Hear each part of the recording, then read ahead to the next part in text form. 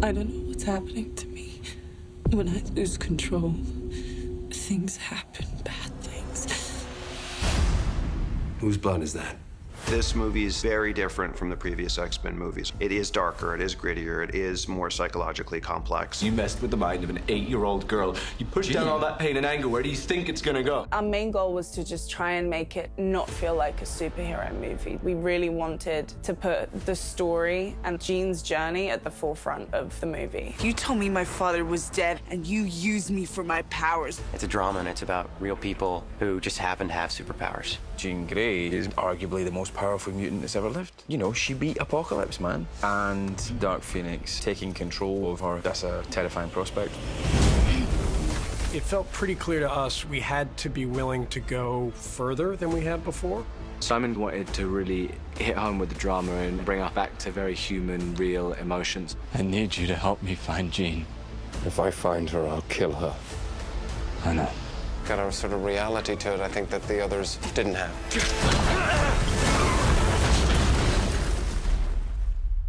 The love and affection we have for our director, Simon Kinberg. Not only making it fun to come and work every day, but from what I've seen and what he's told me, we've got something very special on our hands, guys, so we should really look forward to that. If you'd asked me 5 years ago, let alone 10 or 15, if I wanted to direct movies, my answer was actually no. I actually wasn't that interested in directing. Cut. Let's do one more like that. Yeah, you know, so good, dude. That was so good. Somewhere along the way of the last 5 years or so, I was seeing things I wrote, feeling as if I wish I had more authorship over them. We want to say save the old friendship this time? Hello, friend. Save the old friendship this time. I've worked with a lot of first-time directors, and it always starts with their connection to the story. And it was very clear this is something Simon has been contemplating just as a screenplay for a long time. Shift to your left a little bit, Beast. Yep, there you go, perfect. At the end of making Apocalypse, I had this conversation with a couple of the actors, but specifically with Jennifer Lawrence that I have to credit, where Jennifer said, you really should be directing. And I said, no, I don't know, I'm still not sure. And she's like, you know, you really just should do it. Like, just do it. I've wanted Simon to direct for years, if I'm honest. He was really hands-on, you know, as a producer and as a writer. He knows these movies inside and out. And I said to her what I also said to some other people. I said, look, I'm gonna go write this Dark Phoenix script. I know that. And if I love it and I can't bear to hand it over to somebody else, then I'll lobby to direct it. How you feeling now? Feeling good? It started to become more clear to him that this might be the one. And I think his ambition to do it was there really from the beginning. But I don't think he really fully committed himself until he had the script really firmly in hand. It's great for him to be getting into this with a piece of material that he wrote because he completely understands the scenes, understands their intent, is able to really describe them articulately to the cast. We're going to say second solar flares coming at the X-Jet. Brace for impact. Then everybody braces, and then right before it hits the X-Jet, it's going to divert toward where Jean, the first solar flare hit, Jean, and it's going to get even brighter, and then it explodes, and that's Jean exploding the solar flares outward from her, away from the X-Jet, away from everything. And what you're going to be watching is Jean's dead body. Not only is he like one of the best writers in the business, but I really truly think he's one of the best directors too. It's incredible. I was very excited when I heard that he was going to come on and direct this one. I feel like he's definitely earned it, and seeing him on set, he's just sort of taken to like a duck to water. It's been amazing. You've come here to kill me? Yes. Bannister. Right? Yeah. And then she makes a drop, and then you couldn't even do that. For me, this script was just one where I felt like I understand it intrinsically, like in my bones, and the scale of it didn't intimidate me because I've been around so many big movies that the scale becomes second nature. It's not something he took on lightly. It was something that he came to in a very sober, very thoughtful way. Simon's fantastic. Obviously, writing the stories, he knows all these characters so well. He knows the film so well. To be able to write so convincingly from Jean's perspective and have this whole movie about a mid-20s girl, and for him to really hone into her so specifically and so well, it's kind of amazing. I thought I lost you today. I know. But I came back to you. I'll always come back to you. But his passion lies with working with actors and seeing the material like come to life and guiding that. And I was like, well, you need to be a director for the rest of your life then, dude. Because that's where his passion is. That's where he really comes alive. You have one hand up on the chopper, right? Yeah. And one of these guys pulls their guns, and it's like, and the gun goes flying to the water. Okay, cool. He's a director who's always liked acting, and he's fascinated by it, and he understands it on a level that not every director does, and he sees it as a vital tool for helping to tell your story. Where is she? Where is she? And then boom, she's there, and you're just like that. Yeah. And then you can sell it a little bit with this. Like you have your left hand on this, and then you're selling it with just like what my body's doing right now, like that. Just you can't see your feet. Okay. You know. And with Simon, he's like, this is a collaboration. We're all artists, we all have a viewpoint, and maybe you have something to give to this character that I hadn't really thought of, which is nice. Simon loves the characters and he loves the movies so much, and it's great to work with the writer, somebody who has the whole movie in his head and knows how he wants it to go and is also willing to experiment with different versions of what he has in his head. They begin their fight over each other. She started to slit his throat, and she actually did slit a little bit, and then I found little blue. Just a little bit. I'd like to do that. Let's choreograph it and see what it looks like.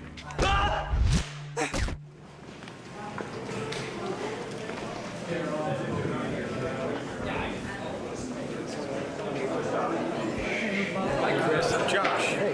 Nice to meet you. Hello, sir. First of all, who are you and what are we doing here? I have no bloody idea. I'm Chris Claremont. I'm, God help me, the writer of the source material for this film and for much of the X-Men canon. There's going to be a bunch of photographers facing this direction, and you'll be in the sort of, it's almost like when the Queen, does her thing. You'll be one of those people, and you'll be the last person, because he has a line where he says, I gotta go, and he'll direct it straight to you. Chris is a remarkable guy, and there's something unique about getting to have somebody who has had a hand in creating such an amazing body of work. There, as you're attempting to interpret and capture it narratively. Dave Cockrum and Len Wein created the series, and then Dave Cockrum and I took over with the second issue, and we just decided to have a whole lot of fun. And one of the elements that we created along the way was the transformation of Jean Grey from Marvel Girl into Phoenix. The Dark Phoenix story for me as a kid, when I first read it, was probably my most seminal experience of reading a comic book, just because of the shock of, oh my God, Jean Grey, that I thought was an ally and someone I loved this entire time, could go dark. It was just really shocking to me. Jean! Phoenix is one small step below God. To suddenly have Jean Grey embrace that level of power, of ability, was more than she could handle. I don't know what's happening to me. It is more complex and sophisticated and challenging material than pretty much anything else in comics. So this is a movie that hopefully will be more complicated, more complex. What gave the story its power was that when push came to shove, knowing, as she said to Scott Summers in their last scene together, I could hold on, but it would mean I would have to be totally aware of myself, totally resistant to the temptation for every millisecond of every day for the rest of my immortal life. And she decided if I slipped, even if for a fraction, the consequences could be breathtaking. She made a choice, and the choice broke Scott's heart, it broke the reader's heart, but it turned out to be the right choice for the story, for the character, and for the series. Jean! I have faith in Simon. I trust Simon. I trust the team he has built up, especially the acting team he has built up.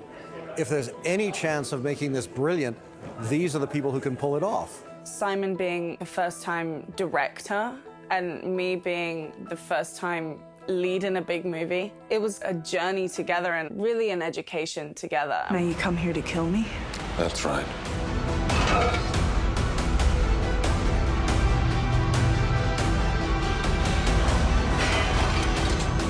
And you couldn't even do that.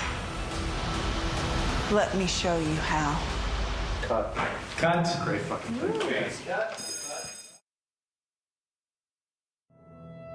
Did you hear what the kids are calling it? Do I want to know? Yeah. Phoenix. The Dark Phoenix story, which is the most lauded and beloved storyline in the history of X-Men comics, is about Dark Phoenix, it's about Jean. It's a female-led story, there's a female protagonist, and it's really about the strength of this female character. I think we came to it because we believed this was a great story, not because we were trying to tap into some cultural shift. When we step back to ask ourselves what's the most ambitious, the richest, the greatest opportunity as storytellers, it happened to be that it features a woman. I met with Sophie while I was still writing the screenplay, 9 months before we started photography on the film, and we just had lunch in LA, and I said, look, this is the movie that I'm writing. It's called The Dark Phoenix Saga. It's about you, and you're the center of the movie. And it's about Jean getting smaller and smaller and weaker, and Phoenix becoming stronger and stronger. So you're gonna have to ostensibly play the trauma of losing your mind. He basically pitched me the idea, and he said, like, this is your movie, this is my movie, you're gonna kind of take it over.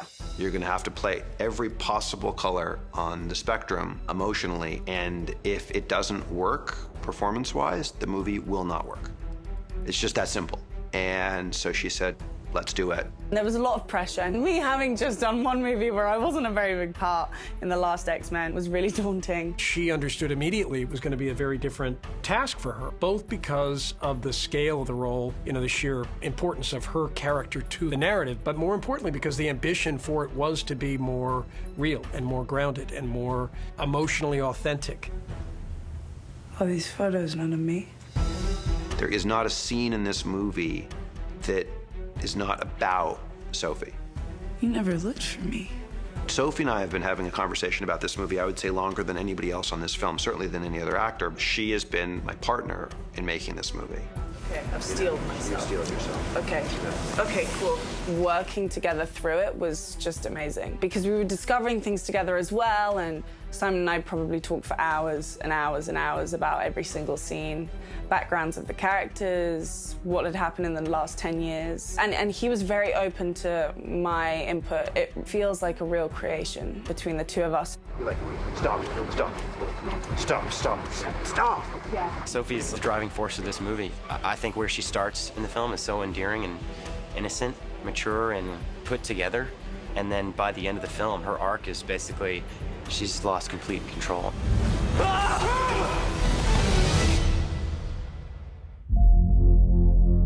Rarely have I ever seen somebody come to a movie more prepared than Sophie was. Sophie did all kinds of research, especially on schizophrenia. She would walk around in preparation for the movie with headphones in her ears, with just random voices playing so that she would know what it felt like to have to walk through the world, hearing voices that you couldn't control, that weren't actually embodied voices of the people who were in the room or the space with you. How disorienting would it be? How disturbing would it be? All by way of trying to understand what this character might be going through. I don't trust myself. The thing about Jean Grey is that she's not a villain, but she's not like a superhero, gonna save the world, everything is fine. She's very tormented and broken and has a real kind of realism to her. You hurt people. Yes. How did you stop? I made a conscious decision before I started to lose all my inhibitions and like go for it and not be self-conscious or vain, because often that happens a lot with actors and certainly happened with me, and I just wanted to have this be my give it all. I've only come to bring you home, Jean. I don't have a home. You made sure of that. I think it's the best work I've seen her do. She's really stepped up and she's claiming it and owning it. The film's about her, you know, so we need her. But frankly, this movie doesn't work if Sophie doesn't bring it. We can all do our best or really suck, but it won't really matter unless Sophie brings it, and she's been killing it. It's been really, really, really intense, which I really wasn't expecting. Every single scene is an opportunity for me to stretch myself in ways that I haven't. Sophie's just a phenomenal actress, and everything I've seen, it's a complete transformation, so it's been wonderful watching her.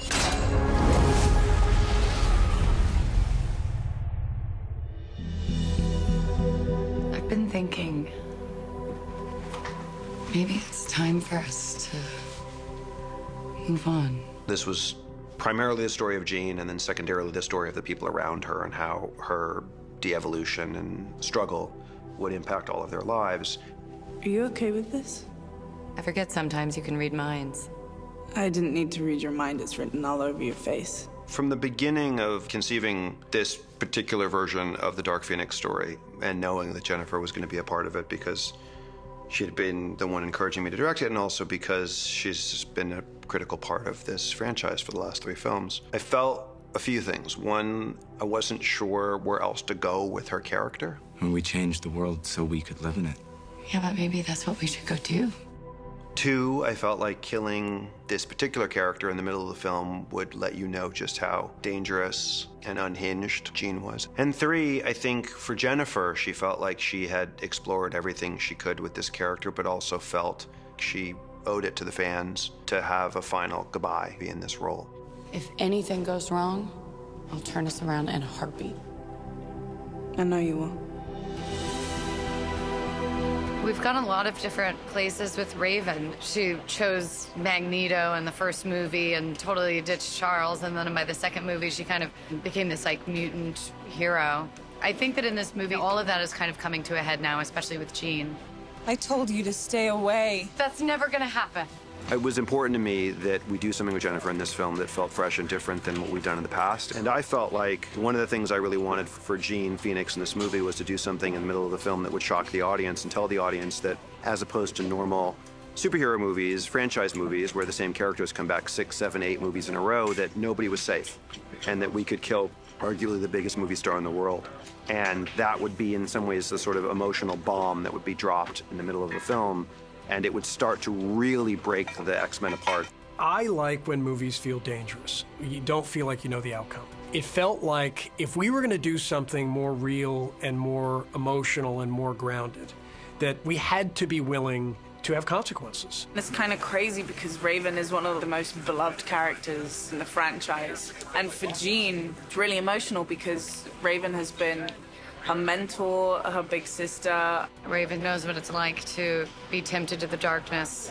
It's a really big moment, and it's a moment for the audience where the audience starts to ask the questions that Hank is asking and that other people are asking about Jean's character, which is if she can kill a beloved actress/character, do we give up on her or do we keep trying to save her soul? I've got the shot. No, you're not. I'm sorry, Hank. I want Raven to have a chance. It became very clear as we started to map out the story that it felt like it needed to be Mystique, that the mother figure felt like the one you wanted to see sacrificed, and it would be the most heart-wrenching to see lost. 3, 2, 1, go.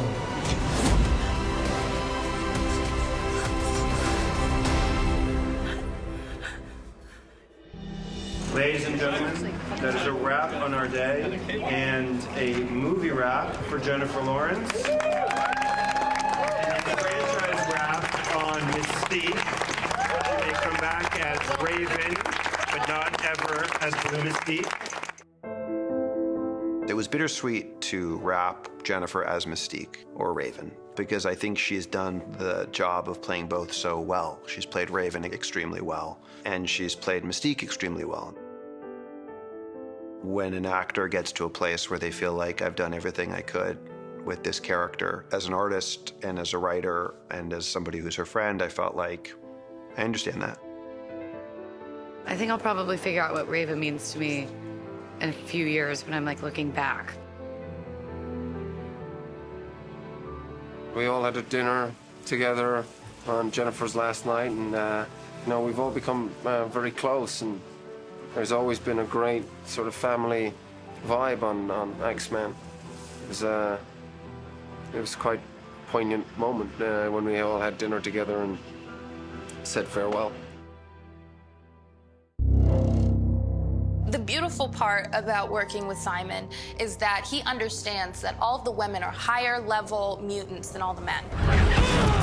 So when it comes to us always saving the guys, it's really true. The women are just more powerful. It's not a girl power kind of thing. It's the reality of the situation. We need you. I need you. I've got your back. Alex is a really powerful, really assured actress and human being, and so she brought that kind of strength to Storm, and we've sensed that potential in her in Apocalypse. But that story was telling so many different stories of so many main characters. There wasn't a lot of space for Storm to really come into her power. And I really wanted in this film to give her finally a big stage in which to express her powers, because I think the fans have been wanting that for many movies now. She's a superb actress and an incredible character in the X-Men world. And in this final fight, getting to see her really rise to the occasion in ways that I haven't seen her before was really great. For Storm, it's her trying to save her sister. That's her best friend. Trying to be there for your friend who also is hurting people. It's a weird place to be at, but at the same time, there's a division because she wants to protect people. And Storm really is a very loyal caretaker type of person. She seem okay to you? For someone who's just been hit with solar flares, I'd say she's doing pretty good. Thanks. The way that I came at this was dealing with someone who has addiction and knowing that, like addiction, it's a disease and they can't control it. And kind of coming to terms with being there for them, but knowing that they're so destructive and self-destructive as well. Sometimes we want to believe people are something that they are not. And then by the time you realize who they are, it's too late. Hello, Jean. Who are you? The better question is, who are you? Jessica plays a character who has been tracking and following this force through the galaxy. Vuk comes into the story first, almost in a mysterious way. When we first started talking about Jessica for the movie, honestly, I thought it was a pipe dream. So the idea that we actually got her into the movie and got to work with her was really fantastic. And they're not afraid of me. The only person here afraid of your power is you. What was really important to me, and it's usually for every movie that I make, it's the team that I'm going to be working with. And to be on a set with all these incredible people, to be a part of this spectacle, and to watch Simon in his directorial debut, it's a great joy. They can't begin to comprehend what you are, even your X-Men. Because it is such a character-driven franchise, we need the actors to be able to play real drama. And this movie, to me, more than any other one, necessitated that level of acting. And the only really new major addition to the cast was this alien character, Vuk. And I immediately thought of Jessica. She's an amazing actress, she's got a great sense of humor, a great work ethic. She's studious, like she wants to study. Do you know what I mean? She's like almost like an academic as an actor. And she's approaching this role, this bad guy role, which would be very easy to come in and be like, wah, ah, ah, ah, which is how I would do it. And she's approaching it with the same level of academia and studiousness and in-depth thought that she always has, really. Look into my eyes. Let me show you who you really are. There's something about Jess that is extraordinarily powerful. She's so meticulous. There's so much thought that goes into every moment that she's in the movie, and then once she's actually acting it, it looks and feels effortless because she's put in the preparation. When Simon and I first talked about this character, I had this idea of seeing the character more as someone that was emotionally removed from the outcome of what happened. She's 1,000 times smarter than anyone on this planet, and I had this idea of playing her like the vet that tells you that they're gonna put your dog to sleep. They're coming from an educated point of view, and if you fight that, then she can see that as a way of being selfish. This truly is an unfortunate development. Why is that? Because it's so much easier to understand your language when you're not screaming. I was so, I can't even tell you how nervous I was to meet Jessica and work with her. I think she's incredible. To work with her has been amazing. She's really giving. She's taken me under her wing a bit, which I really appreciate, and she's really inspiring to me. I told you they could never understand you. And what they don't understand, they fear. And what they fear, they seek to destroy.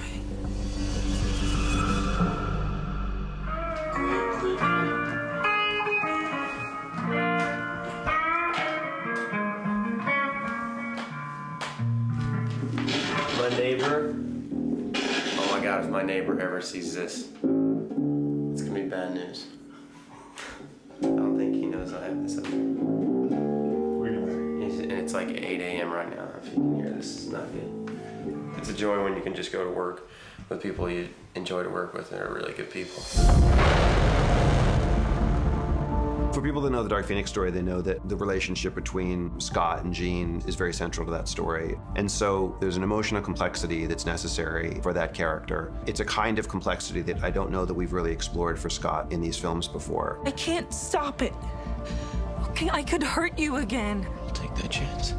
What we wanted to try to accomplish was just infinite love for someone and the repercussions of that when someone doesn't love you back or someone changes and someone becomes someone who they're not. Just come back to me. Remember, you said you'd always come back to me.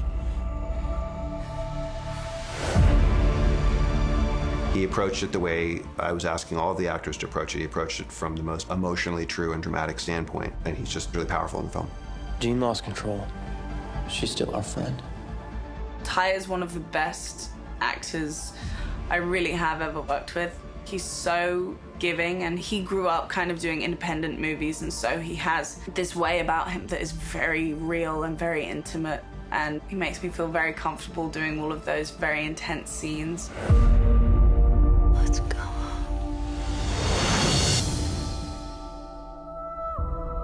I've said to everybody from the beginning, be radical. When I met with Michael Fassbender, I said, don't act like you're Ian McKellen in the original movies. Act like you're Michael Fassbender in a Steve McQueen movie. I said to Jennifer, don't act like you have to be like you were in the previous 3 movies. Act like you're in a David O. Russell movie. James McAvoy, I said, act like you're in a British drama. Something's happening to her, Raven. She's changing.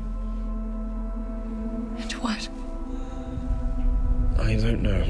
We expose some of his flaws in this film. Charles's MO is not to give up on people, and that's part of his own ego as well. One of the main flaws we highlight in this film is his own ego. Charles and his X-Men are where we turn when facing our worst fears. A guy who is enjoying the acclaim, the magazine covers, essentially the celebrity of being Professor Xavier, leader and hero of the X-Men. And James really performed it that way as well, with this hubris. Some of you choose to call us superheroes, but it is a damn sight better than what you used to call us.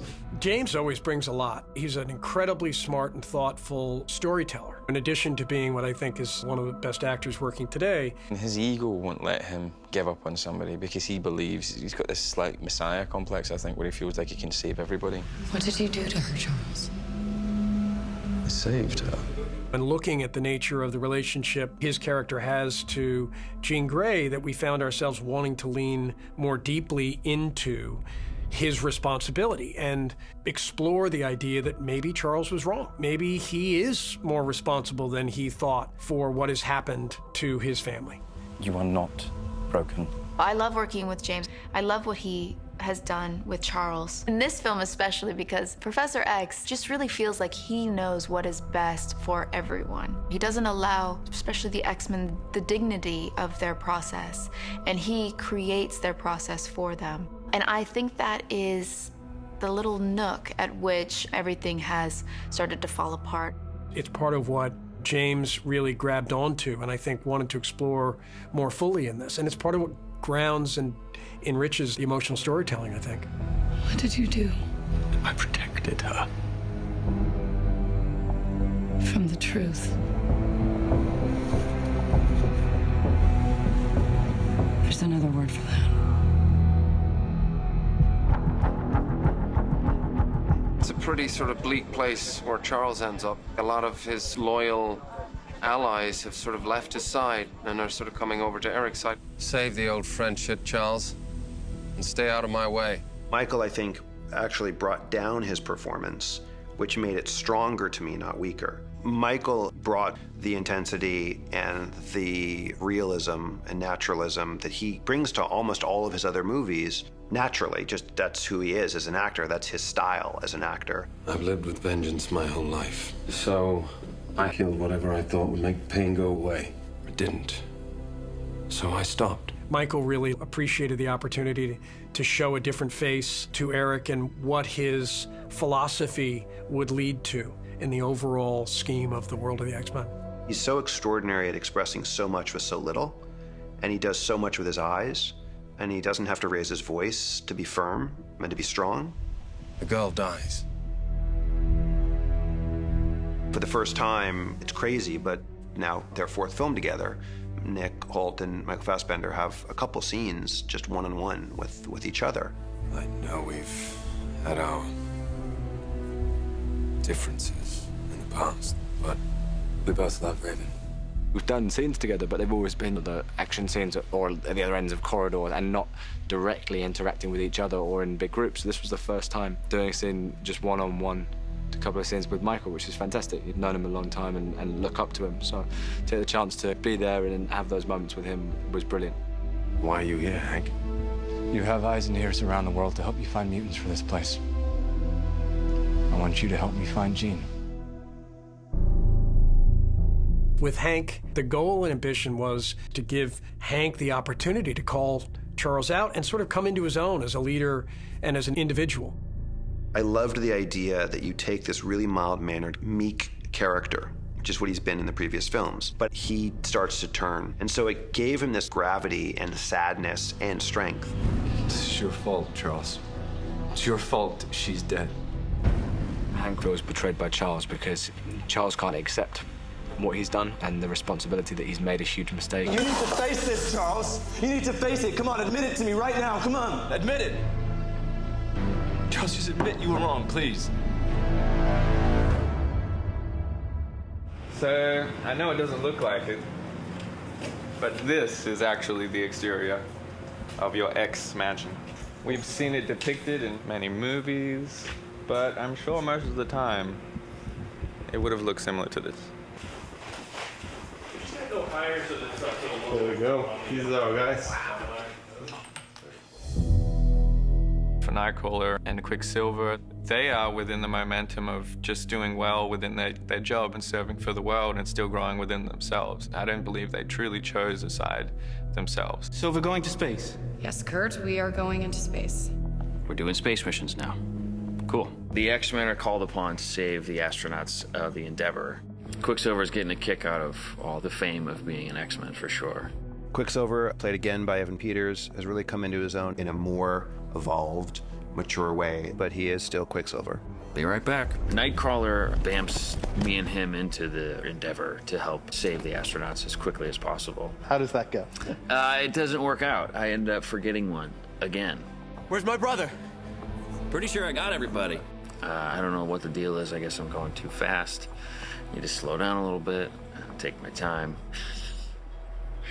Nightcrawler feels scared and nervous going into battle just like anyone would, but at the same time, he is the first one ready to bamf. Get me in that house now! I love seeing Nightcrawler's actions in the scenes where they go out and he's in his suit and he's not just being the soft kind of funny comedic relief. There's a very serious sense to him. The way that we played Nightcrawler in Apocalypse was really as comic relief. For most of this movie, he is still that sweet, innocent character. And toward the end of the movie, he sort of has his first real interaction with death at the hands of someone evil. We could help you! Please! It is a fulcrum in the life of Nightcrawler that makes him violent. And you see a different side of Nightcrawler than you've ever seen before. In seeing the guard having lost his life, Cody's enraged, and it unleashes a violence and a rage we haven't seen from Cody before, which he visits upon his attackers. And it's pretty gratifying to see that character get to pursue that arc.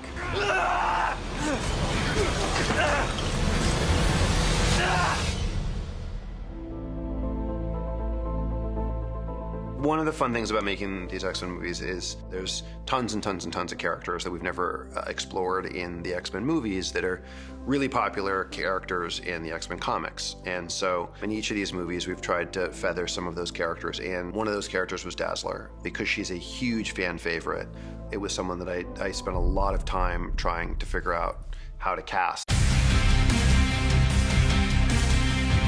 So here, I'm performing a song up on that mound. You can kind of see where those blue lights are. And I'm able to take the vibrations from the music and turn it into this beautiful light show. So it's pretty cool. Dazzler, as her name indicates as well, is a brighter presence in the film. It brings this sort of vitality and fun and youthfulness. It's just really the energy that Dazzler has. I have been working with a choreographer on the scene to try to get the vibe of Dazzler down. We I've been talking to Simon a lot about how we want the light show to correspond with her movements and the rhythm of the music. And so we wanted to make it kind of something very unique and a little new and modern. And between the hair, the makeup, and the wardrobe, we're pretty true to the original comics. The one thing we did kind of change up a little bit is just the shape of the mask around my eyes. And we have amazing makeup artists who actually drew it specifically to my face. I do think she'll have real impact for the fans, and I think even for people who haven't read an X-Men comic or heard of the character, they'll think, oh, that's an interesting looking character. All right, that's it! We did it! I always loved the character of Celine, and I'd seen this actress, Coda, who I just thought was really special.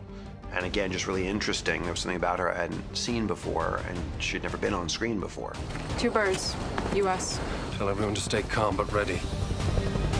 I come from science. I used to work as a cardiovascular researcher, and it was my path. I knew I was going to be Dr. Eberhard. I knew I wanted to help people and I wanted to heal people. I never thought that I would be an actress. So to really step into this is unreal. Simon just said, you know, I really want you to exude someone who has wisdom and who can really bring that to life. You're really secure in your powers. You're someone that stands in and holds space for that. You're not the only one who can control minds. I have sweet weaponry skills where I like pull out a dagger. It's embellished with gemstones. It's pretty gnarly.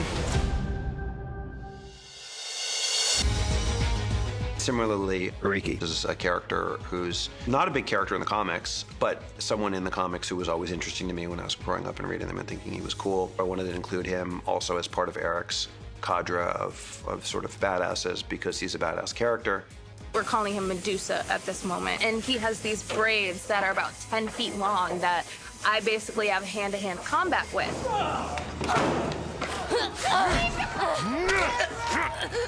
These bad boys here, they grow to about 10 feet. Red Lotus just uses hair to wrap around her wrist and just capture her and just throw her all around the place. So hopefully it'll look amazing, you know? Just goes in like that and then down. And then down into like all these like. Yeah, right. It's gonna be good. It's gonna be so cool. It's gonna be so cool. Andrew's a stuntman, and I was watching him do the stunt rehearsals, coordination, choreography for what would eventually be the actor we would cast for Red Lotus. But there was something so interesting about his face, and he has a presence and a sort of life to him when he just in real life that I thought might be kind of interesting to just let him play the part. Also because primarily what he's doing in the movie is fighting. I figured, well, he'll do a better job of fighting than some actor we bring in to do 2 lines. Turned out to be actually a really good actor on top of being obviously an incredible fighter. It's funny, you know, this is the first time I've directed a movie, and I don't know that I'll ever get a cast that's going to be this good again as a director on a movie. We have been incredibly lucky to get these incredible actors.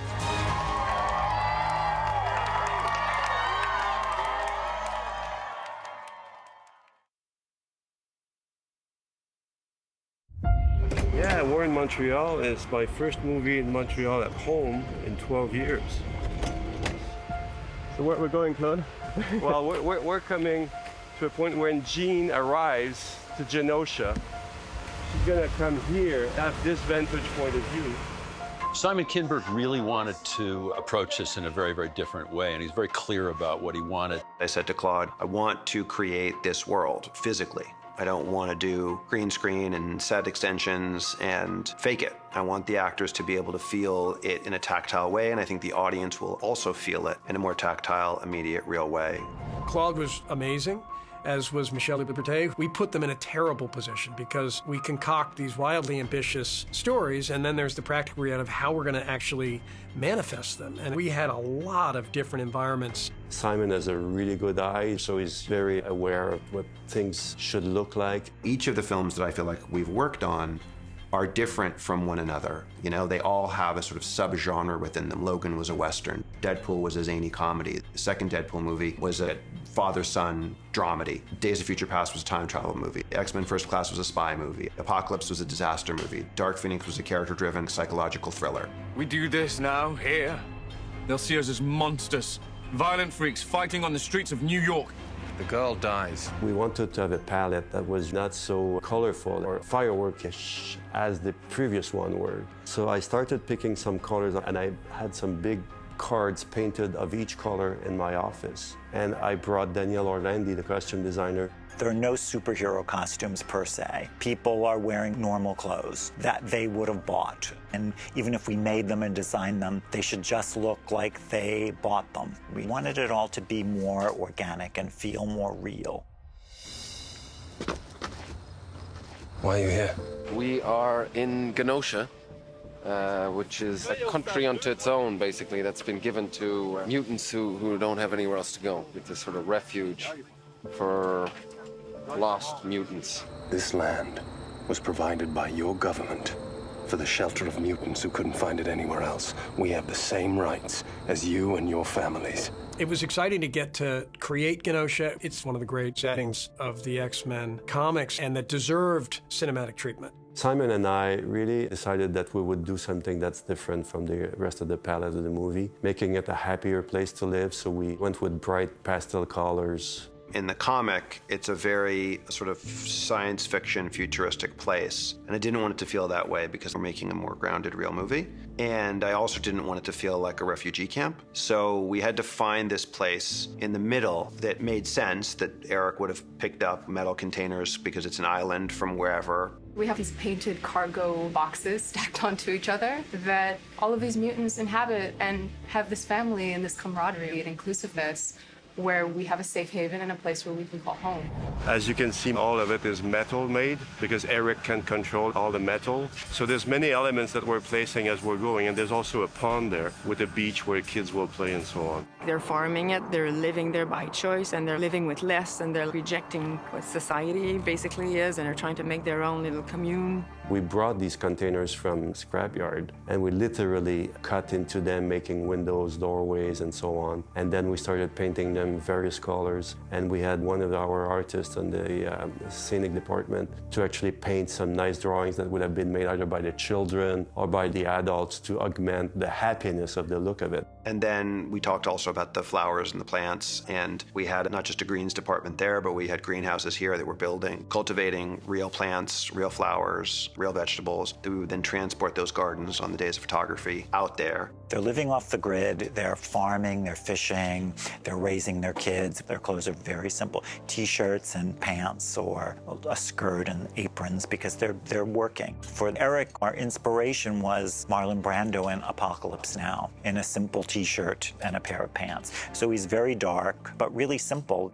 And also, there's Eric's house, which, given it's an island, he just recouped some ship parts, you know? So the exterior is the whole bow of a ship that he's put upright, and that's planted there. So we took a ship part, like the bow of a big ship, and we planted it here.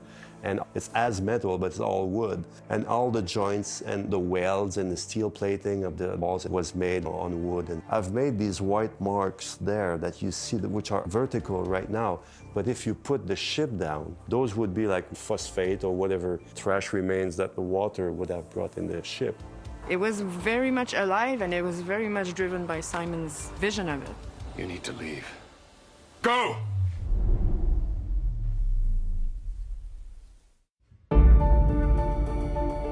We are in Jean's neighborhood. This is the street where she was raised. It's Annandale, New York. And we built this on the back lot of Mel's. And it's roughly taken 4 months to do it all. One of my favorite sets in this movie is Jean's neighborhood. Nobody will believe that it was not a real neighborhood because of the level of detail. Right now, we are in Jean's neighborhood, and basically this is the scene where all of the X-Men kind of come to find Jean after she's run away from the mansion. You shouldn't have come here. Why is that? We've only come to bring you home. We started with a field of gravel. We created a neighborhood that is very low middle class. And I wanted to have a bridge in there to show people drive by, they don't stop there. Like it's a message that, oh, you don't want to go there. Each of the different houses had a different identity for the different people that lived in it. So you had the guy who was the fisherman, you had the guy who was the truck driver, you had really, really detailed ideas about who these characters were and what their front lawns would look like and what kind of toys or trash or whatever would be in the front and the back and the side of their houses. All the houses were pre-built in the shop and we assembled them on site. We poured the asphalt road and everything. Also, the Greens department did an amazing job in that street, building all the front lawns and aging it. Gene's neighborhood, it's remarkable that we could build the entire neighborhood and have that as a space to use and to destroy as potentially needed. In this kind of movie, the aftermath is as extensive as building the set itself. So you have to really understand that when you build something, you have to build the aftermath at the same time so that everything will match. And this is what we've done today. We've done the explosion, and now we've completed the aftermath, which will be shot tomorrow. There's lots of planning, and sometimes you have to make the aftermath and then reconstruct to shoot like it was originally built for.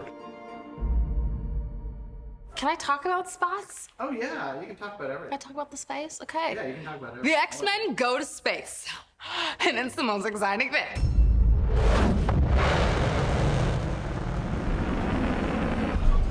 I think this is not as much fun as I thought it would be.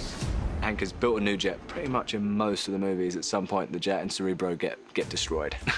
So I guess in between movies, he's just building them up again. It's a lot of tiling, it's a lot of work to build, supersonic jets that then can go to space when Charles needs. I know what you're thinking. That's my trick. The answer is no. The jet can't get that high. Even with the new booster rockets and all your modifications. We had like 3 months to build it and draw it. So it was a little bit of a fast-track project, but it's really stimulating. We were allowed to go a little bit more into the realm of modernity and design that has progressed over the time. The jet was a fun creation to do. Claude came up with a couple of references of textures he liked and images he liked of existing jets and just plain metallic finishes. All the chairs in the X-Jet are moving, so when we actually go into the X-Jet, they're all facing each other, but then the X-Jet actually gets in movement. All the chairs move to face the windshield, and there's even one chair that slides sideways and goes down into the gunnery bay.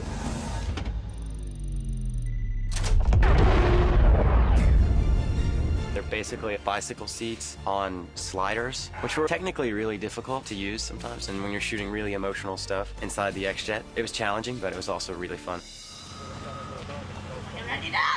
Xavier's wheelchair was a challenge in itself because it has a long history.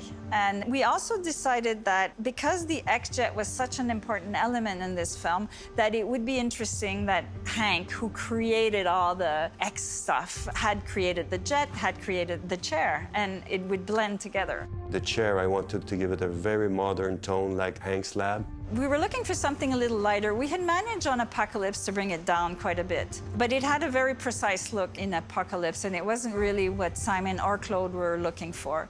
So we went back to what a wheelchair is. I wanted to have this little X that would be subtly lit, so that when it moves, it lights on, or it's lit all the time, depending on the purpose that we had. It's fun now because he can actually come in the jet, and when you look from the back of the jet, all the backs of the chairs are the same, and the wheelchair is part of that. Go this way? Yeah. We are on the set for Fifth Avenue, New York. 3, 2, 1, action. Just period, this is one of the coolest, if not the coolest, sets I've seen built. As a first-time director, it gives me goosebumps to walk in here and feel like this is a set that, I get to shoot. Fifth Avenue set was a giant undertaking. Obviously, we could never shut down Fifth Avenue for 10 nights or however long it would have taken us. But we could have done green screen and used plates of Fifth Avenue, and instead, Claude actually created a couple city blocks of Fifth Avenue in New York City. So this is Fifth Avenue in New York. Amazing, right? And yet we're in Montreal. It's, unbelievable. The detail is so incredible, down to the cracks in the pavement, down to all of the littlest, smallest things. It was really driven by the action and what it needed to be, like from A to B, and like a little leapfrog kind of thing, like going across the cars and to the target of the embassy. Hold them! When Eric goes and sees Gene in the consulate house, he actually flies in the house. This gigantic building has to be with fake ceilings so that we could actually have all the trusses with the traveler tracks and the cables organized within a system that can be manipulated by stunts. It requires lots of thinking, and that's when the models come handy. You know, it's not only for gripping or lighting, it's for stunting as well. We ended up with something that's really decent and that everybody likes, and it's very shooting friendly.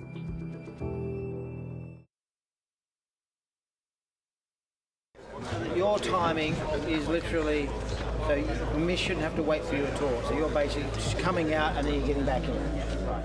When you're making these movies, you have the primary unit, the principal photography that's directing the actors in all of the dramatic scenes and the majority of the action scenes too. And you have a second unit that in this case was Guy Norris with a little help from Brian Smurs when we did the pickups on this movie. You would come a little bit further here, you'd scan that and then find that, so you guys are there. You have that second unit and they're shooting a lot of the details and sort of the biggest aspects of the action sequences. Yeah, you're masking yourself. The escalate. You get a hand up there to help you do that kind of reaction. There's too much of it. For us, our real pitch line ourselves during this is it's back to grounded reality as much as possible, in-camera stunts and action, which is what I love doing. There's so many set pieces, big set pieces, and so much destruction. And every kind of big set piece we build, we end up destroying. We would just see him, which is nicer. So that to me feels right. You like that? You just want to put it in against the firewall. When we start the movie, we're in the first big action sequence that Charles, when she was a little girl, told Jean that both her parents were killed in the car crash that starts our film, essentially. Jean, was that... did you? I didn't do anything. You wanted it to look like she killed her mother. You wanted it to look like her father could have survived or not, and that she went through something where she should have been extremely injured, but walked away from it. So when you put those three things together and the way you have to shoot that to show the story of it, we had to bring those two vehicles together, and the car runs down a track and we brought it down, so we pulled the two vehicles together with another vehicle, so we rigged it on a 2-to-1, and then the two cables are connected, so you can bring them right to their end mark, and then you can tell exactly where the accident's going to happen and then back them up, and when the truck pulls those two vehicles, they run right into the exact mark.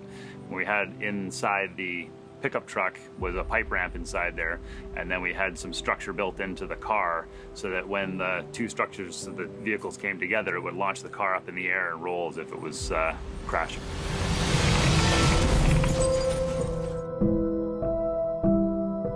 One of the most impactful shots in the movie, I think, is when the car in slow motion rolls and you're on the faces of Jean's mother and father with little Jean in the back as the car slowly rotates.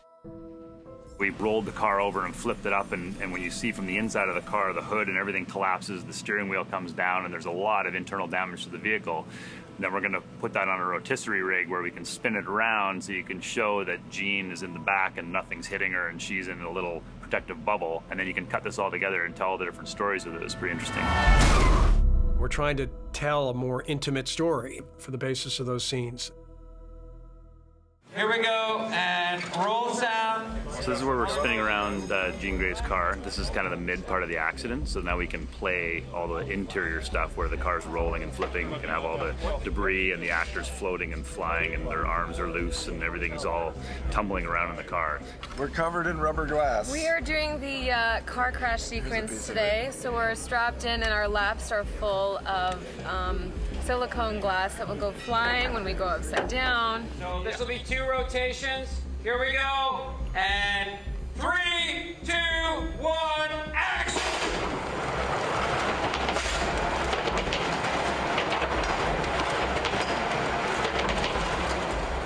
It's your standard car rolling rig. We got a couple of rolled rings that we have on bogies that are wheels that are set up to pivot so it stays all smooth. And we run this with a hydraulic system, so we're running basically 2 Omega drives to run this with a hydraulic system and an endless rope. So we just keep turning the winch and the rig keeps turning, and when we want to stop, it stops. So we've got lots of horsepower behind it to make it nice and fast so you can accelerate it and decelerate it quickly. And it's computer controlled, so we can decide where it stops. It stops upside down or right side up or at an angle, so we can start and stop quickly and in the spots we want. That's a piece of equipment he has to specifically roll huge pieces of machinery that you want to film. So, you know, that sequence is a credit, and the ability to make that as visceral and as sort of shocking as it is a credit to Cam. Cut there. Very nice, everybody. The very first time that we understand the power of what Jean has going on between herself and Dark Phoenix, there's a party sequence, and it's really all the younger mutants are having a party. It's just after they've come back from the space trip. 2 more. I was hit with a solar flare up in space. Now I'm just partying, and I have this crazy energy about me, and I'm drinking, and I can't get enough of everything. Then all of a sudden, voices and the noise of the music and the lights and everything's just crazy. And I erupt. Stop! Why have we started using erupt? I don't think we've ever used erupt. Really? I think that was the I've time been thing. saying explode. I think I don't know. I love erupt. I love erupt. I think erupt is. I erupt and Now I you blow guys- everyone back. It's largely a sort of concussive event this first time. There's not really a lot of fire involved in it. So we sort of get as much of that as we can in camera, and then we try to build on top of that, and sort of building a large sort of concussive, explosive event that knocks over trees and blows people aside and has a certain amount of a flash of light type component, but this is really the first time we've seen it, and we're not really taking it that far on this first time. Look how badass that is. We ended up having 27 people on ratchets, where they were all the party goers that were getting blasted back in the air from her effect. 2, 1, blast! Which leaves sort of her laying in a crater. Now we're gonna clear the lights. Here we go. And that causes then the flow for the rest of the movie and the breakup of the X-Men and the hunting of Jean, and then it carries on in a downward spiral from there. All wrapped for the night. Thank you very much. Enjoy your Saturday night, everybody.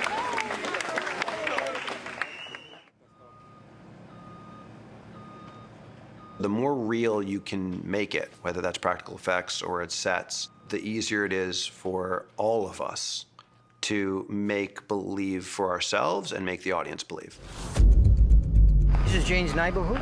Jean is confronted by the other X-team members here, and there's a kind of a Western showdown in this street. You shouldn't have come here. Pretty much all the X-Men attempt to, in their own ways, capture her and bring her back to try to help her. Nightcrawler, there's a little bit of a Bamf-type fight goes on. They bamf down into a house, go through the window. There's a big fight in the house, which we've done. Jean, please! She then bursts out of the side of her own house. Quicksilver goes into Quicksilver time. But of course, none of it really is a match for the Phoenix side of Jean. Physically, she can't go as fast as me, but mentally, she's most likely faster.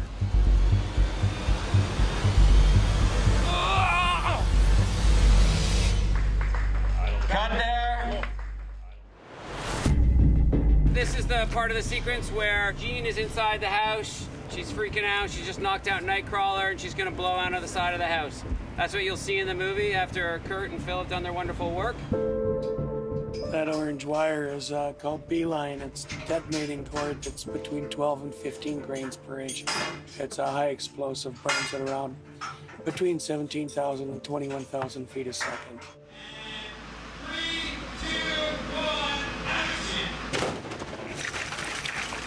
She comes blasting on the side of the house, so we had to build that with balsa wood and everything to be safe, and launched a bunch of cannons and some detonating cord behind it to splinter it up so it looked like impressive, like her telekinesis was coming through the wall. She deflects one of the lightning bolts from Storm, so that goes into the side of a house, and we got to blow that out. We didn't want to have two houses side by side, one with a big hole from Jean, and have a lightning strike do exactly the same thing. So we wanted to make a different gag with that. So we made a balsa wood wall that exploded, but we held it back with steel. And then we pulled it in, so it looked like it's, in the end, there's a bunch of debris left behind. And then Quicksilver uses the debris as stepping stones to try and reach Jean. She switches him off, and then he continues down the rest of the street about 200 yards, tumbling like a high-sider off a high-speed motorcycle crash. So Quicksilver ends up somewhere way down there with a few broken bones. In this event, what's happening is this is when Jean throws up her hand and creates a force field. The cop cars are on a rail. There's dummies inside the cop cars. Cam is going to pull them in at about 25 miles an hour. With this gag here, we, obviously the car's hitting the invisible wall, so it's a bit of trickery to get everything to slide and everything to happen properly. So we had a system inside the car that was tied back to weight sleds in the back of the track. And when the cars get to the end, it pulls the cables back and pulls the front bumper into the rest of the car. So it looks like a invisible wall, but it actually is all happening from behind it. And then we had cannons in the car to flip it up, because of course no gag's complete without flipping cars in the air. 3, 2, 1, act! Stay away from me! It's a whole bunch of tiny little pieces that all gotta go well, and you end up with a gag like that. There's a sequence in the movie where Jean goes to Genosha, which is this land for mutants, and the US military show up with some helicopters, and there's a fight, essentially, between Jean and Eric. Eric's powers of being able to magnetically control things versus Jean's telekinesis. For me, it was really cool to read the script and see what we were doing in this sequence and using a helicopter as a weapon. I'd never seen that before, and it's something pretty cool. It was something that, everyone thinks helicopters are cool. When you have two superheroes fighting over one and chopping things up with them, it's a pretty interesting thing for sure. She's going to tip that helicopter so that the rotor gets almost to your throat. Cam created a rig. There was 2 cranes, and those cranes, he had a line in between them that could hold up to 8,000 pounds that he could control to go forward and back and tilt one way or another as Eric and Jean were fighting over it. Stop that. It's not me. It's me. Get down! That allowed us to, really choreograph some really close camera moves, but still have it flying around in the air and as practical as possible. So then the only thing that visual effects had to do for us is put the blades in. It's a back and forth sort of tug of war for the helicopter, and the body of the chopper is swinging toward them and swinging back and going sideways, and the stunt performers that are trying to pile into it are all running and jumping and leaping into what is in fact a chopper that is bobbing and weaving off the ground. So this is our hydraulic V-rig. We have 2 big hydraulic winches that we run with a diesel-powered hydraulic pump. This is 680 horsepower. It'll run our helicopter at about 3 feet a second by itself. We want to run the helicopter through the field at about 12 feet a second. So we have hydraulic accumulators that we can store a bunch of hydraulic power in. So we use the pump to fill the accumulators, and then we have stored energy. This machine makes me very excited. This is one of my favorite things of the film. I just like big, powerful stuff, and that's what this is. And if you're going to pick up a helicopter with 12 people in it, then you need lots of power behind that. So it's a lot of fun for me to do this kind of rig, and this is what I really like to do in film. There are very complex, ambitious set pieces to the film, made maybe a little bit more challenging and more complex by the fact that the tone of the movie is trying to be so real. When I see it now, I'm afraid people won't know that we actually did these things. They'll assume it's a visual effect as opposed to a practical effect.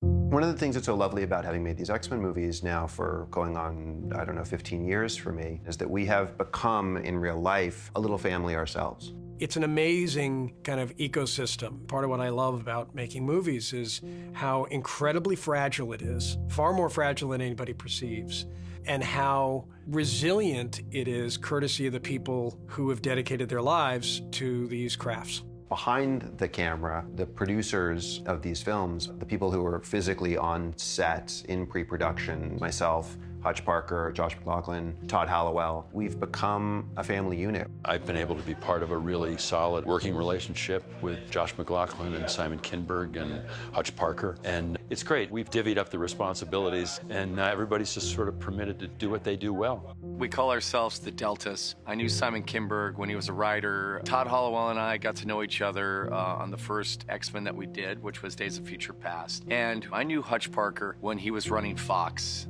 Hutch has really become my primary partner in making these movies. He's the producer who is there from the beginning, the inception of the idea, through the marketing and publicity, all the way to its release. Hutch is also extraordinary at being a conduit between the filmmaking process, the filmmaker, and the studio. He knows the workings of the studio. He knows the psychology of studio executives. And so he's just great at predicting their reactions to things and also managing their process, because they are also partners in this. And he's just great in terms of facilitating that.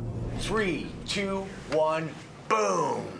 And Josh McLaughlin, whom we call Zulu, is sort of the field general. He's the first AD on the movie. And his role is to marshal the crew so that everybody's ready to roll when it's time to roll. All right, guys, here we go, ready. Josh is an incredible AD and does far more than what you would put under that job description. And for a production that's as complicated as these are, it's an extraordinary challenge. And, you know, Josh is arguably one of the best in the world at that. Cut. Cut.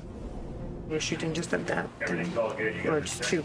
One wall here, one wall behind us. They can travel with the section that's that. That'd be great. Todd, who technically his role is as a line producer, he's worn many, many hats. He started as a production designer, so he's brilliant at managing the departments and all the budgets and helping to make sure that we have the resources we need. Todd is extraordinary at figuring out how to make movies at this scale, and he knows how to take what is a large budget for these films, but stretch it so that it looks and feels even bigger than it is. It is a special team, and it's a team that extends even beyond those four. It's a team of hundreds, all of whom have to come with passion and conviction every day for what they do in order to make it all work. You can open up a little bit things like that. That's cool. And it's like handheld, kind of dirty. I see this movie as a reboot with the same cast. I think it's completely different aesthetic. I think it's a different tone. I think it's just a different movie than any of the ones that have preceded it. Part of it, frankly, is I've never directed a movie before, and my sensibility is different, and I tend to like films that are grittier, more naturalistic, a little bit more raw than these films have been in the past.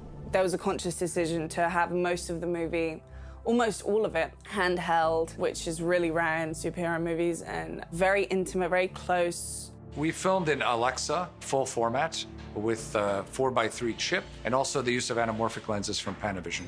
3, 2, 1, action, guys. Anamorphic also offers you a different perspective on things, particularly in close-ups. The close-ups on anamorphic have a little bit of like coving. It's almost a sphere as opposed to a flat plane of what the face could be.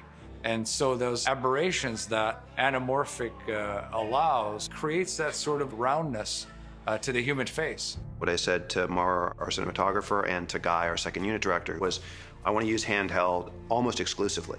And even if we have crane shots, we would create these camera mounts that are handheld camera mounts on the crane. So basically, even when the crane was moving, you would have that frenetic feeling to it. The characters are moving, but also the camera is moving just a little bit so that you feel a sort of humanness, and that creates the rawness. It's just a feeling that everything has a little bit of imperfection to it. The way I sort of approached it conceptually was that Jean was constantly being powered by the sun, so it was more of like a lighting aspect. And also, every time she imagines her past, there's some sort of sunlight, and that sunlight is quite warm. So that warm sunlight sort of motivated her journey back to childhood. When she travels directly into her childhood neighborhood, she sees this romantic past that doesn't exist anymore in a way until, you know, she confronts her father. And at that point, even the visual approach changes in the film. Now, all of a sudden, the world turns very violent. And the camera work started to get a little bit more active and subjective and kinetic. Something that we talk about when we're on set is the Dark Phoenix spectrum between 1 and 10. 1 being Jean and 10 being full Phoenix. So there are moments in the movie where you feel like she's out of control, and you'll see that not just in her performance, but it'll also be with some visual effects. A little flicker of red in her eyes, a little flush in her cheeks, a crack of where you see red, almost like veins in her skin. It helped us really demarcate what that arc or de-evolution would look like and feel like for the audience. Basically, on action, start the move down toward her mouth. Pretty slowly, like you can catch the middle of the line. When she did go through a phase of this psychosis, we tried to psychologically with the camera move into that comfort space. We used a lens that came really uncontrollably close and sort of invaded her personal space and tried to get in her head. There's a movie from the early 90s called Clean Shaven by Lodge Kerrigan that I have to credit. It's about a guy who's schizophrenic. And one of the things that Lodge did was he created a way of shooting the schizophrenic character where he essentially dissected their face with the camera. So that in his moments of really heavy schizophrenia, instead of it being a close-up like this, like you have on me right now, it would be like that of him, or like that. Or sometimes his point of view would be like that, or like that. The camera would be showing you this much. And so we did experiments with different kinds of macro lenses where you can get super, super close to a person and just be filming their eye, and that will take up the entire movie screen. So we created what we call the Dark Phoenix cam. We just kind of cut to little pieces of my face. It's just a really nice, intimate way of playing it where it feels very invasive. It does evolve over the span of the film. It starts really small on her, and then it gets kind of bigger and bigger as you feel as though Phoenix is taking over Jean. This is fully Jean at the beginning of the movie, and this is Phoenix. And by the end of the movie, this is Phoenix, and there's no more of Jean. And so it was just all these ways that we could dramatize, visualize this transformation of our main character. We'll be waiting here to receive Sophie. We'll stay behind her as these guys come through, and we'll stay here. In Genosha, I use a very saturated palette. I tried to bring those colors out as much as I could, and almost like a Kodachrome. You're almost traveling back in your childhood, but this childhood is so vibrant in color. Drive with him when he rides with the helmet. Do the same shot, but just straight on. Inside Eric's house, the patina was quite extensive. It was a beautiful sort of rust and all these different textures. And we felt like his home should still be a place that he can sort of get away from this sunlit environment. He chooses to be surrounded in this sort of steel ship. And so the elements of darkness were important there. And also for his character, that he doesn't let you in right away. There is an aspect of he needs to protect himself by that darkness. What are you? I loved the way that Morrow shot Jessica Chastain's character. I wanted her to sort of glow, so her whole aura, she kind of radiates light as she steps in the room. It's sort of ethereal light that she's surrounded with. Not only her light hair, but her skin sort of glows. We use a much more controlled camera, not active, handheld, because we sort of hoped that we'd get across to the point that she's an alien. So there's very linear camera moves, a camera on a crane, a camera on a dolly, to accentuate the fact that she had very direct control over people. And also the use of lower angles, how we're constantly twisting around her. Oftentimes we've used the back of her head as, you know, the symbol of her entering a scene and playing the scene on the back of her head more. Every aspect of the aliens I wanted to be as real as possible, and I created with a linguist a language for the aliens that is obviously a fictitious language. Simon wanted it to sound predatory, threatening, and very alien. He wanted a language that sounded as inhuman as possible. I met with Adele initially, and she said, what do you want the language to be? And I was like, I don't know, I'm not a linguist, I can't come up with words, but this is the way I want to feel about them when they speak. I want it to feel staccato, I want it to feel hard, I want it to feel reptilian. What are the sounds that haven't been utilized or are very rarely utilized in human languages? So I came back with something that was made up of parts that exist in human languages, but that are very uncommon. There's one, like an R type of sound that's in the back of the throat that's like, rrr. We've got some hisses, and also sounds that had a lot of impact that we call ejectives in linguistics, that are sounds where the air is like forcefully shoved out of your mouth, that kind of sound a bit like clicks, those things like those type of sounds that make the whole thing sound arrhythmic.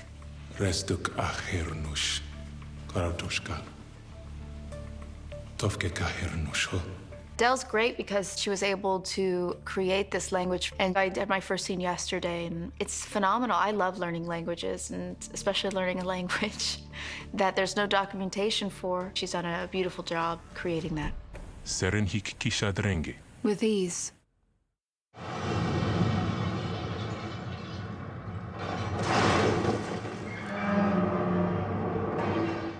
The editor of this film is Academy Award winner Lee Smith, and it's hard to describe his contribution to this movie because it is in every aspect, in every scene and every cut of this film is Lee's as much as it is mine. I'd almost say Lee was the most important part of the larger team. I think as a first-time director, even with all the skills that Simon brings to the table, there's no substitute for having somebody behind you like Lee. When Simon first contacted me about this film, we were talking about making a film about a girl unraveling psychologically as the film went on, which is an interesting framework to put in the body of a superhero film and was very appealing to me. As a technician, he's phenomenal. He's fast, his instincts are great, he's patient and thoughtful. It's quite a complicated film because it involves a girl unraveling plus basically an alien invasion on the top of it, and trying to weave that through the film is a challenging process because you never want to drop one storyline in favor of the other. Hello, Jean. He's someone that thinks in terms of theme. He feels so deeply what's happening inside of each scene or what should be happening inside of each scene. I wanted it to look real, wanted that grounded feeling that it wasn't all fluff and it was something that you could get your teeth into. Is it true? Jean killed her? He's not simply an editor who is cutting the footage that you shot for pace or for storytelling. He is someone who is a partner in crafting the story, the characters of the movie. The whole editorial process has to be about, no matter how hard it was to shoot, you have to be willing to kill it. And it is a sad time where you take out something that a lot of people put a lot of effort into. Hopefully you don't, but occasionally you do. He tells me when something doesn't feel true and honest, and he tells me when something can go deeper, and he leans in, and he also experiments. Hello. As an example, the first time in the movie that we meet young Charles Xavier and Charles meets young Jean, he comes into her in a waiting room of the hospital, and their first 4 or 5 lines are really emotional. Like, these are lines that I think almost all editors would play in a close-up because you really want to see the character's faces. And I shot what's called a master shot, which was a high shot looking down at the room. And Lee, instead of using that just for the opening shot to pull Charles into the room and then you cut into the close-ups the way I'd imagined the scene would be cut, he stayed in that shot for the first 3 or 4 lines. Where are my parents? My name's Charles Xavier, and... They're dead. Where are they? And I watched it, and at first I was like, why did you do that? Get into the close-ups. And he was like, just watch it again. Watch it as an audience member, like being carried by the scene as opposed to anticipating the scene. And I watched it again, and I was like, wow, I do feel for this little girl because she looks so small in the frame. And I do feel for this relationship because they start out so far apart. And I'm feeling that much more in this high, wide shot than I would be if we immediately cut into close-ups of the two of them because they would feel closer together. And there's tons of those kinds of really fairly radical, bold, I would say, choices. In the end, we're entertainers and we're in the entertainment industry, and always my hope is entertained, never bored. You want people to have had a good time. That is wrap for tonight, and it is with a heavy heart that I say that is a picture wrap for James Ulysses McAvoy. We have a picture wrap on Ty Cale Sheridan, Michael Fassbender, Jessica Chastain, Jennifer Lawrence. This is a picture wrap for Alexandra Shipp and Nicholas Hoult. If you're even the most casual fan of these films, this is the end of the X-Men as you've known them because they're facing a challenge that is different than anything that they or you as an audience member have ever experienced. Guys, have a great rest of the movie. Have a great wrap party. Have an amazing winter because I know you all love it so much. Have a good one. We've known each other for 7 years, most of us, and even the new guys that came in the last movie, we're all part of the family. And part of this one is saying goodbye. So you will forever remember. I have so many memories with all of these people. I met some of my best friends here. This is our 4th movie with Michael, and we never take for granted when we are able to work with such great talent. And with the utmost respect and affection, Michael, I can't tell you, man. I'm so grateful that you're here, and thank you so much. Really, thank you. It's quite a poignant moment. We're filming the sort of original first-class cast, what's left of us, and now we've got a whole new cast coming through. It's nice to, in some ways, pass the baton on to them. Ever since day one, I mean, we all had this kind of novelty experience of, wow, I can't believe we're doing this, and being in the X-Mansion together and seeing each other in the makeup, comic book accurate costumes. It's quite surreal, actually. It's a momentous moment in terms of these movies and also like real life for us because, you know, we started making these movies, I think I was 20 or 21. This is Hank McCoy, one of our most talented young researchers. And now from the first class generation of X-Men, it's kind of only myself, Michael, and James still remaining cast-wise. It's very sad, but also it's a strange marker in real life and in the movies. That is a picture wrap for our star of our movie, Sophie Turner.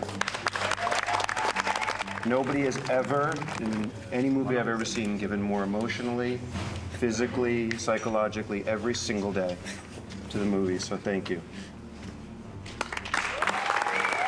I'm really, really sad. And I think I'm the saddest to say goodbye to Simon because he's been my partner for like 9 months now, work-wise. And I feel like saying goodbye to him, I feel like I'm losing a bit of a limb. I don't know how I'm gonna go on to my next job and not have Simon with me. It's just gonna be really bizarre. I would love that people leave this movie seeing an expression of what they have felt before when they've lost control. The relatability of that, I hope audiences hold on to. And I would love people to leave this movie asking, what would I do if I were simply in this family? At what point would I stop trying to help or save them? Jean lost control, but she's still Jean. We can still help her, we can find her and bring her home. These movies and these characters are important to me and dear to me. And we want to deliver something meaningful and lasting to the audience and to honor all the work that's gone into these to date. I want them to get to experience these characters a slightly different way, to feel like we've taken them on a compelling journey, that they're surprised and moved and hopefully grateful for us carrying these characters forward in the ways that we do. I don't know what the future holds for the X-Men, but I approached this movie like it was the culmination of all of these movies that we've been making over the span of the last almost 20 years now in terms of X-Men movies. I felt as though this had to feel like the climax of all these movies that have come before it.